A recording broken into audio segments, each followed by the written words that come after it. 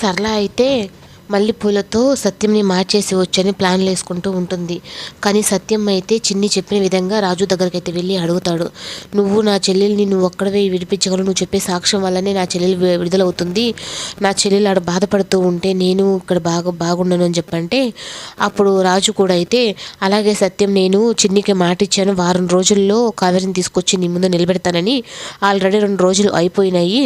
కానీ నిన్ను చెప్పిన మాట ప్రకారం నా కూతురు చేత నిన్ను నాన్నను పిలిపించుకోవడం కోసం నేను కావేరిని తీసుకొస్తాను అని చెప్పని బలంగా అయితే చెప్తాడు. అప్పుడు దాకా కొంచెం రాజు మీద ఉన్న కోపం అయితే సత్యంకి పోయి రాజునైతే హట్ చేసుకొని నువ్వు మారితే నాకు అదే చాలు రాజు అని చెప్పనైతే అంటాడు. వీళ్ళిద్దరిని ఇలా చూసి సరళ అయితే వీళ్ళిద్దరు ఒకరికొకరు ఇలా అయిపోతే అప్పుడు నా పరిస్థితి ఏంటి, నన్ను ఇంట్లో నుంచి పంపించేస్తారు కదా కావేరి చిన్ని, అదే నిజం అవుతుంది, ఈ లోపలే మా ఆయన్ని నేను గ్రిప్లో పెట్టుకోవాలని మల్లెపూలు తనే కొని ఆడ పక్కన పెట్టి మీరు తెచ్చారు కదండి అని సిగ్గుపడుతూ ఉంటుంది.